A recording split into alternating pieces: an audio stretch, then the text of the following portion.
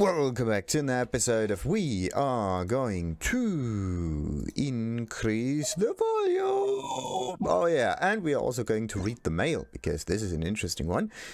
Someone else has a birthday today. And today is the birthday of Qiqi. I have it written down so I can remember. Birthday cake? No need. I don't know how many candles I need. Anyway, gifts, never mind. Birthday. I want to spend mine with you. With you by my side, it's the best birthday. No need for anything else. I cooked a few dishes. Come over before they get cold. The problem is, I don't have Qiqi. I think.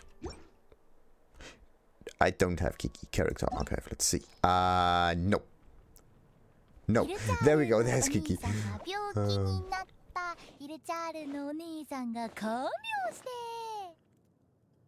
Strange character. Hu Tao.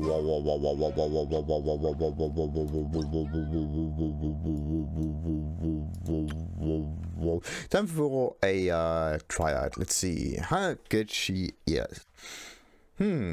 Also, I think she might be a catalyst user. When Hu Tao casts her elemental skill, she consumes a set of she consumes a set proportion of her HP and enters into Paramita Papillo state, in which her normal attacks, charge attacks, and plunging attacks deal pyro damage. In Paramita Papillo state, Hu Tao's charged attacks apply the Blood Blossom status to opponents, periodically dealing pyro damage. When Hu Tao casts her elemental burst, hitting opponents restores her HP. When Hu Tao's HP is less than 50%, hits deal increased damage and restore more HP. Additional elemental orbs will drop during the trial event to do stuff. Okay, when Hu Tao casts her elemental burst, hitting opponents restores her HP. Okay, so like a vampire. When Hu Tao's HP is less than 50%, hits deal increased damage and restore more. Okay, so if you're more dead, basically, then you deal more damage. More dead is more good. In Paramita Papilio state, Hu Tao's charged attacks apply the Blood Blossom status to point. The Blood Blossom seems like she.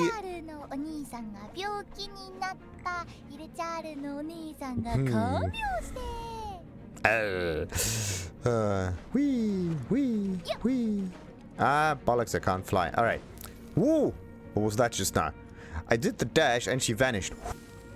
That is amazing. Can you... Maybe you can pass through obstacles. See that? That's cool. That's absolutely cool. Like you can be permanently invisible like that, almost. Anyway. 1, 2, 3, 4. Oh. She's extremely fast. That's nice. And what does the... That was it? Okay, so it's a... 1, 2, 3. So this is the charge attack. Like all of these hits are the charge attack. So charge, that is the charge attack, and then you have this as an alternative. I would just say you should just hack onto the enemies like this, and you're good. So, and you activate it, and then all of your attacks apply fire. That's pretty interesting. So it's an infusion. It's a really interesting infusion. So what else does she have? I want to know about her blood, whatever that thing is. 6 hits. And it also isn't. Well, it's a level 8. I don't think that 135 is that much. And you also have to increase it to that amount as well. Charge attack, yada, and guide to afterlife. There we go. Only on unwavering, yada. Increases Hu Tao's attack based on her max HP at the time of entering the state. So it's not a permanent, like, it's not on the current HP, and on the HP at every moment, but at the time of entry. Attack bonus gained this way cannot exceed 400% of Hu Tao's base attack. Interesting. So there's a maximum limit there. So converts attack damage to pyro damage, which cannot be overridden by any other element. Similar to who was it? I think it was Bennett. Or was it Noel? I don't know. Charge attacks apply the Blood Blossom effect to the enemy's hit, increasing what else resistance to interruption. Blood Blossom, there we go. Enemies affected by Blood Blossom will take pyro damage every 4 seconds. This damage is considered elemental skill damage. Each enemy can be affected by only one Blood Blossom affected at a time. And its duration may only be refreshed by Hu Tao herself. So it's not that this can be a second passive or something. It's that she has to stay there. Actually, every 4 seconds the damage will happen, but for how long? The duration is 9 seconds, so it's, I don't know, 2 times. Blood Blossom duration 8 seconds, so 2 instances of that. So you switch to her, you attack with a Blood Blossom, and then you switch to another character. And in the meantime, they continue the burning. So this is kind of the whole idea of it. This is pyro damage AoE. Upon striking, the enemy regenerates a percentage of Hu Tao's HP. This effect can be triggered up to 5 times based on the number of enemies hit. Oh, that's interesting. So it's not really a boss killer ability. It's more like a... a group killer. When a parameter popular state activated by ends, all allies in the party, excluding Hu Tao herself, will have their crit rate increased by 12%. That's pretty sweet. Papilio state activated ends. Parameter papilio. There we go. It's this thing. On her max HP, and every time it ends, your crit goes up. So it's a permanent, almost kind of, because this has a cooldown of 16 seconds. And Hu Tao's HP is equal to or less than 50%. Her pyro damage bonus is increased by 33%. So she is supposed to be played half-life. Very interesting. And it's one of the only triads where you don't really get another nice one. Oh, that is so amazingly quick. That's it. Woo! Oh, wait a minute. I should use the charged attack in combination with the infusion. Oh, that is... Oh, nice! You can... Look at how you can... oh, actually, I need more... you can transcend the battlefield like that. Look at that. That is amazing. You summon a ghost and then you smack it onto the enemies. That's pretty sweet. Woo! And charge. And charge. And charge. That is amazing. As long as you do have some stamina... Okay, I would say that a 0 stamina cost build would be really cool on her. Because then you can just... charge from one enemy to the next. That is so cool. That is absolutely amazing. So yeah, you can just go from one enemy to the next, to the next, to the next, to the next, or just you dash through the one and the same enemy every single time. And surge. Woo. Woo, woo, woo.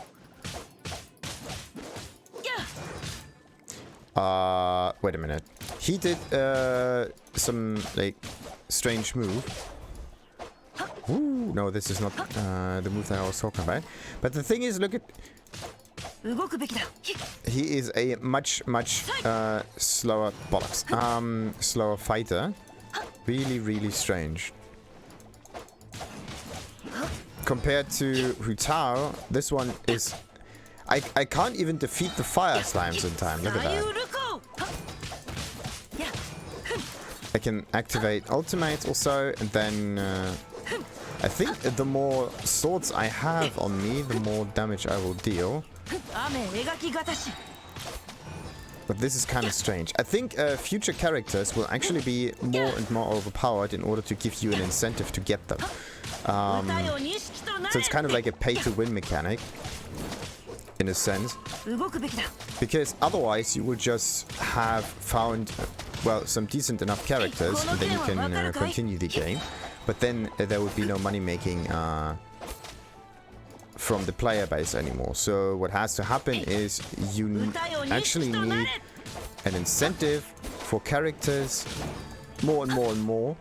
But in a way, at some point the characters themselves won't be as different from each other anymore. And this is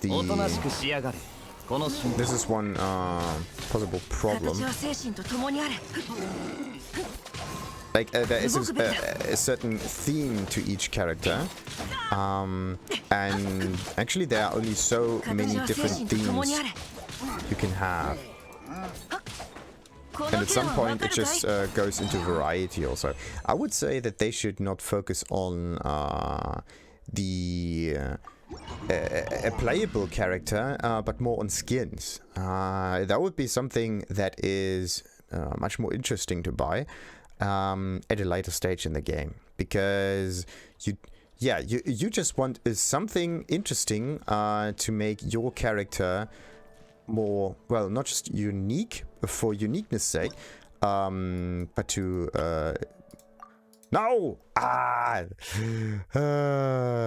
but to send a message, kind of, and depending on what that message is, right? So wait a minute. Yes, I wanna leave that domain. Yeah, because the thing is, those polearm users for some reason are just extremely fast, extremely overpowered. Like they're just extreme. That's what they are. At least this is what I get out of the trial thingy. Chongyun is not really a good character. Like, it takes ages to do anything. He was the bam.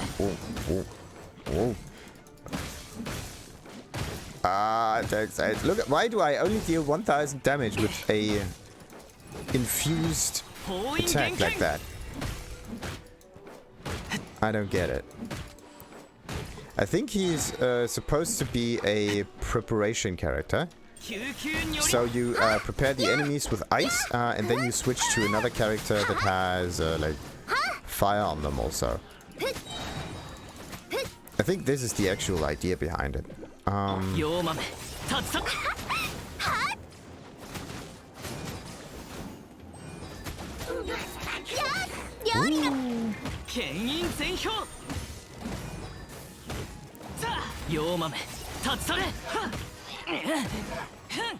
Bam. He has a certain weight to his attacks. That's pretty sweet. What are the... is it a... yeah, it's another spin again. Bam. Oh. I like infusion abilities. They're pretty sweet. The problem with infusion, though, is that they're just so mundane. They're like, yeah, your attacks get better by so and so much, and you do the corresponding element. But if the skill is supposed to infuse the character with an element, why not give him the elemental ability from the get-go? It's nice to have it as a variety or something, so you can switch between physical and elemental attacks. But in the end, you can just skip the whole process, make the character be elemental from the get-go, and then, yeah, have the ability be something utility-ish in kind. So it's not just you click a button and the enemy is dead, but it's more a, well, for Albedo, this thing is an elevator, and it actually makes it possible to do drop-down attacks. Also, the boulder would be something like that, but you have to, for the boulder, you have to climb it up first, whereas on the blossom, you can just stand on it. Well, you have to stand on it for like half a second or so, until this thing gets triggered. Like that, and again. It's a bit difficult to stand on it on the staircase. Yeah, half a second you need to stand on it.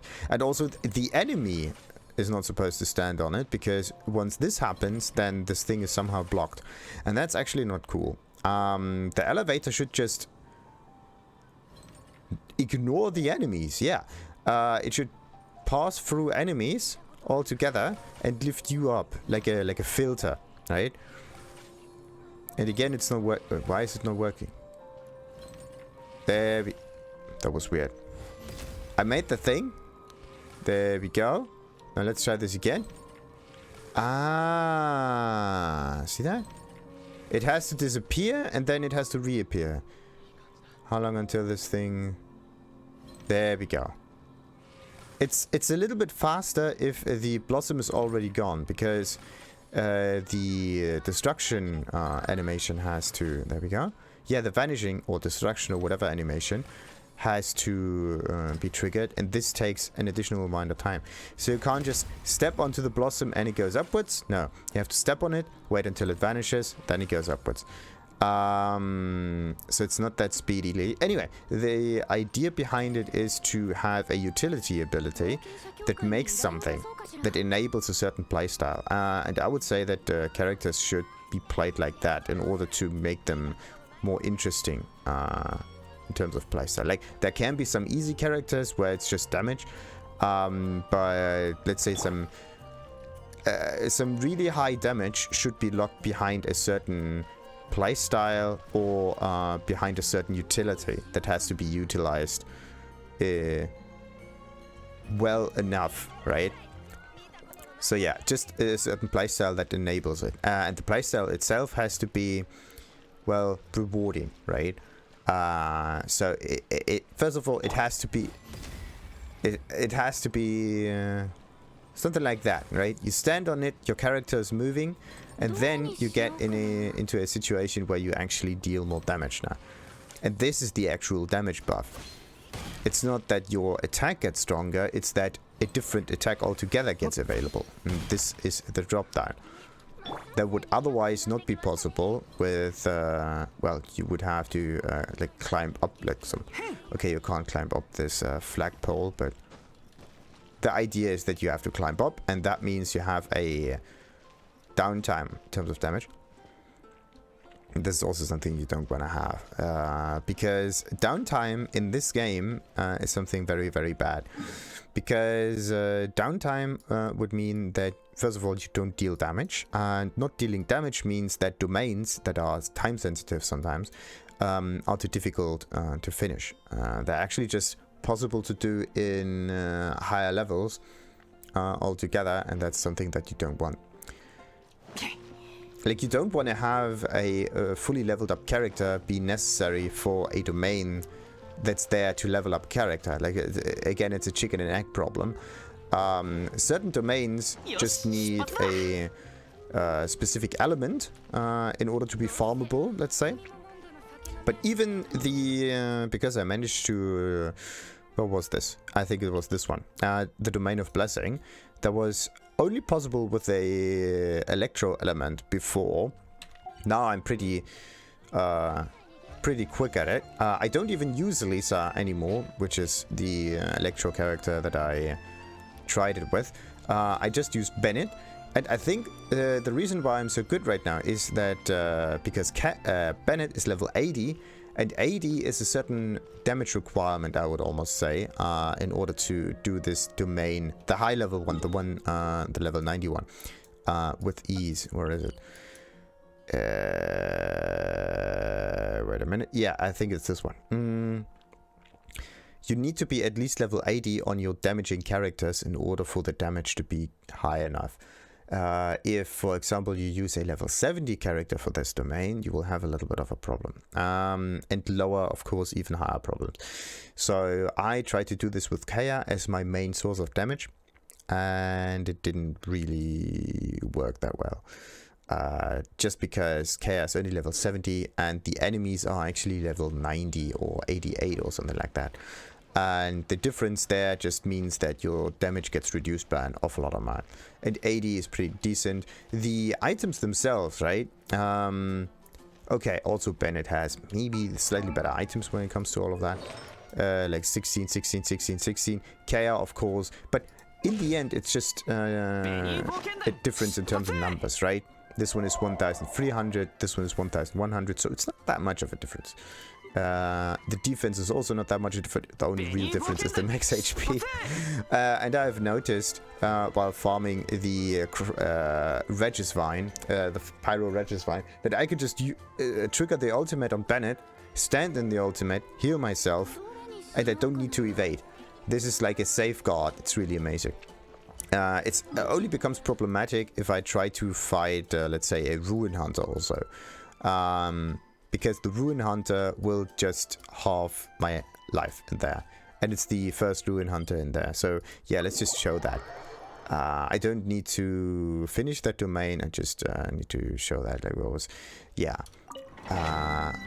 Just talking about it. Anyway, the whole Lisa thing, like, look at this. Recommended party level 90. I'm not even close to 90. I'm like so and so many levels below that. So this is the, actually this is not the team comp that I used beforehand. I used Lisa in there. But yeah, let's just use this one right now. I do use Amber. Like, Amber is necessary in this domain. And it is actually superconduct that you should trigger in order to dish out more damage. Yeah, and of course you have to use Amber. That was... I wanted to do something different there. Ooh. I wanted to throw at the bunny, but somehow nothing worked. Okay, let's throw at the bunny again. Distracted a little bit, and with a bit of luck, it's... No, it's not. Oh, I hate it so much. I just... No, come on, come on, come on, come on. It's annoying. I can't make it go into the range mode right now. Come on. At the moment this bunny thing gets triggered... Oh yeah, finally. I think Amber is going to die, right? Maybe. Okay, let's stay there. Come on, come on, go into range mode. There we go. No! What is wrong with this game? Every time I did the grind in there, I was able to aim for the eye with ease. It was possible to do that, but now all of a sudden I'm missing. Like, what is wrong? Maybe this game recognizes that you record and then it just throws you. It makes it impossible. I don't know. Maybe this is just the simplest solution. And she's dead, of course. Unbelievable. Okay, wait a minute. Something is definitely off. I was able to do this with ease, no problems. Now all of a sudden Amber dies in the first few seconds. This was not supposed to happen. The idea was to throw out the bunny, get the attention away from the main, from the character on the field, then attack the Ruin Guard with Amber's arrow from afar, because this is the only way you can actually defeat this thing. Otherwise, the attacks of the Ruin Guard are just too strong, and they will deal too much damage. So, unbelievable. It was you could do this with even a few minutes left there, because usually what happens is that I run out of minutes. And come on, come on, come on, come on, come on. Something is definitely wrong with this thing. Come on. Go for the bun, and the bunny's down. Okay, let's run far away, and come on, come on. Ah, it's too fast. There we go. Come on, come on, come on. Work, work, work already. There we go. Okay, now we should be far enough away. And... Come on, it goes into range mode. Okay. What the hell? What is wrong? There we go. If you stand too far away, the arrow will go down. And I think this is the problem that I had. So you have to stand like far enough away, but not on the other side of the room. So it's kind of like a really strange mix. I think you have to stand like this far away in order to... Wait a minute. Yeah, like this far away. I think that's it. There we go. And then you aim for the eye. You aim for the... What is wrong?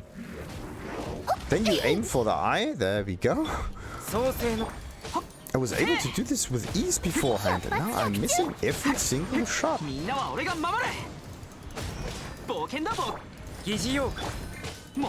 Something is wrong. Like, I think if you move forward and if you aim with the for the eye there, your arrows will actually miss. That's just weird. So let's just charge this up right now. It should be far enough away for the range mode to trigger. There we go again. Let's wait. Let's get on the top half of the eye. It's not working. It's not working yet. There we go. Okay.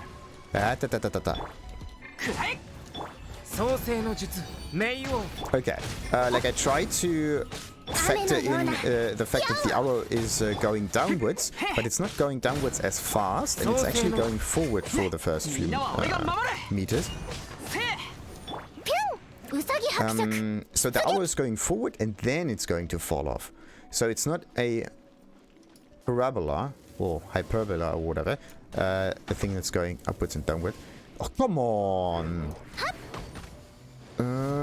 Not cool. Okay, let's throw the bunny out again. Not cool. Okay, try to throw the bunny out before the thing is too far away. There we go. Let's try this again. Yeah. Because if you are not too far away, you can just aim for the center of the eye, and you don't need to factor in any falling down of the arrow or whatnot. So it's actually quite nice.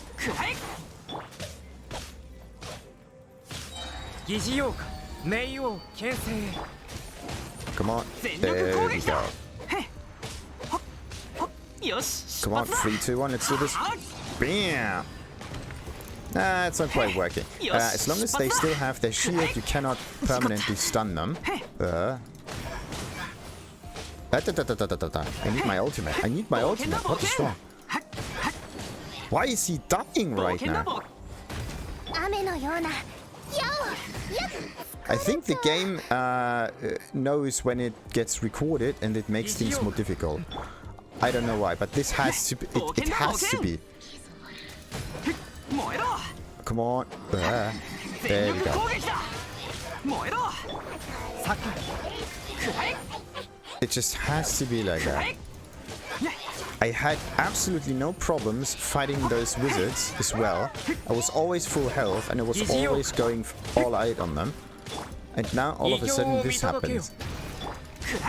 I think there's a hidden function that checks if it gets recorded, and if it does, then the enemy gets more difficult.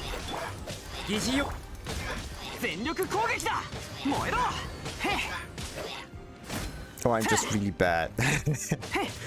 One of the few situations. Oh, come on, already. There we go. And also, yes, if you trigger the melt effect, which is triggered by the ice followed by the fire, then yourself also get damaged. But Bennett can heal himself with the ultimate. This is one reason why that makes absolutely no difference. There we go. Let's leave. Yeah, the whole purpose of this domain was just to show off, which kind of backfired a little bit. But yeah, this is actually how you finish this domain. I was really pissed the first time I tried this. And it was not this one, though. It was the one with the fire effect in it. So the level 80 domain, that's yeah, that was the one that I went for, and it was extremely annoying. Firstly, because the elemental reaction was too much for me to handle. It's just too much damage if you get the wrong elemental reaction, but if you get the right elemental reaction, it's pretty good. The problem is I'm not focusing on Lisa that much. Like I have a little problem with with catalyst users, because catalyst users don't attack quick enough to be reliable, and like they are ranged enemies, ranged characters, but they are not ranged enough like this, so that you can just do this for a moment, right? Oh, look at this. I hate this safeguard feature. They should really think about... Look. And I'm stuck. This should not make you stuck. There should be a check for a much deeper fall, just in case. There should be a... you can actually implement a safety check like this. What you need is a vector pointing downwards that is positioned slightly further towards the left or the right or whatnot. The position the character is moving towards, right? So let's say your character is moving to the right, like this. Then you can or actually because this game can also be played with a controller or whatever, that means that the character is actually following an object, and the object is getting moved around the character with the controller, right?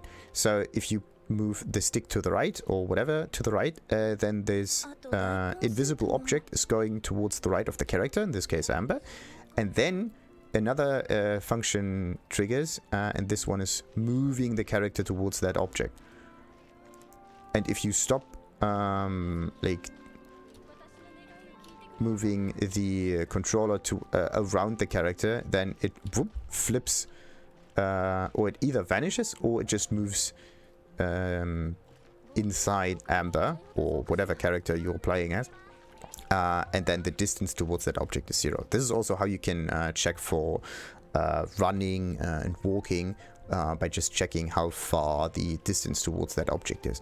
So and if it's not that far, that means you're walking or really slowly, and if it's really far, then you're probably running or whatever. So you can have a linear or whatnot, maybe even different stages of running, by just moving the controller around, which is actually pretty cool. This is one of the few situations where playing with a controller actually makes some sense. But anyway, yeah, there's an invisible object that the character is actually walking towards. So that thing would be towards my right, and I'm again going towards my right. And then if this invisible object is, yeah, above a cliff or whatever, or would actually fall down, and it also has another check mark, or another vector on it that just says, okay, I would fall down now, really deep, right? Then it would prevent you from going across the ledge. But if that ledge, or if that fall is actually almost non-existent, like this one here, then it should not stop you from moving across it. That is just, look at, it's not cool. Like you have to move. I don't know. Like yeah, you have to move. Why is it not working yet? I think you have to hit a really specific spot, which means that the ground is really uneven. There we go. That happened almost. Anyway, like, why is it not working now? Like sometimes it's happened, sometimes it's not. So that's just weird. There we go. I think it's because of the different heights of those stones, and you have to like step on them from there. We go. Now it's stopping again. See that? It's a safety feature, so you don't fall off if you are aiming. Because if I do this, then nothing would happen. Now, presentation problem here. You have to get the right thing, which again underlines my reasoning perfectly. Because if the floor would look even-ish, right, but it does not act in an even manner, then this is a bit of a problem, especially when you have to fight a boss where you have to constantly move around them, with Amber in this situation, or get the right timing or positioning or whatever. And if you suddenly just stop moving just for a split second and then you get attacked, then you're getting so frustrated. So yeah, this is something that has to be checked. Just put in an invisible object that checks for the distance that you would have fallen or whatnot, and if that distance is above a certain threshold, then stop the character for safety reasons, of course. And if that threshold is not hit, then move the character, so that you can actually do this. Go up and down stairs. Now you can go up and down stairs. Why is it that you can go up and down stairs, but you can't? Like this one again, safety doesn't work. Now you can. Strange. There we go. Not so working anymore. Like that one. You can go. See that? Sometimes it's working, sometimes it's not. Now I'm stopping.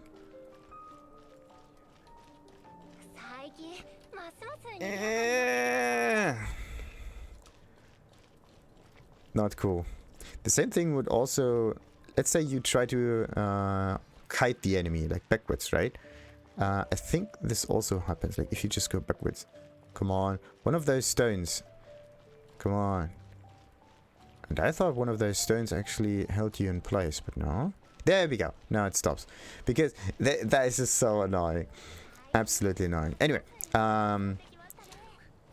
something at least to keep in mind if you play with an archer, like Amber or Official or whatnot. Try to aim and shoot, or at least check for the surrounding area first. If there's something uneven or a certain pattern like this in the ring or whatnot. And if there is, try to avoid it. Or at least know where it is so you can get out of A mode real quick and then enter A mode again. At least for now. Anyway, this was more a talking and presenting whatever episode. Next time we are actually going to continue the exploration of the dragon spine.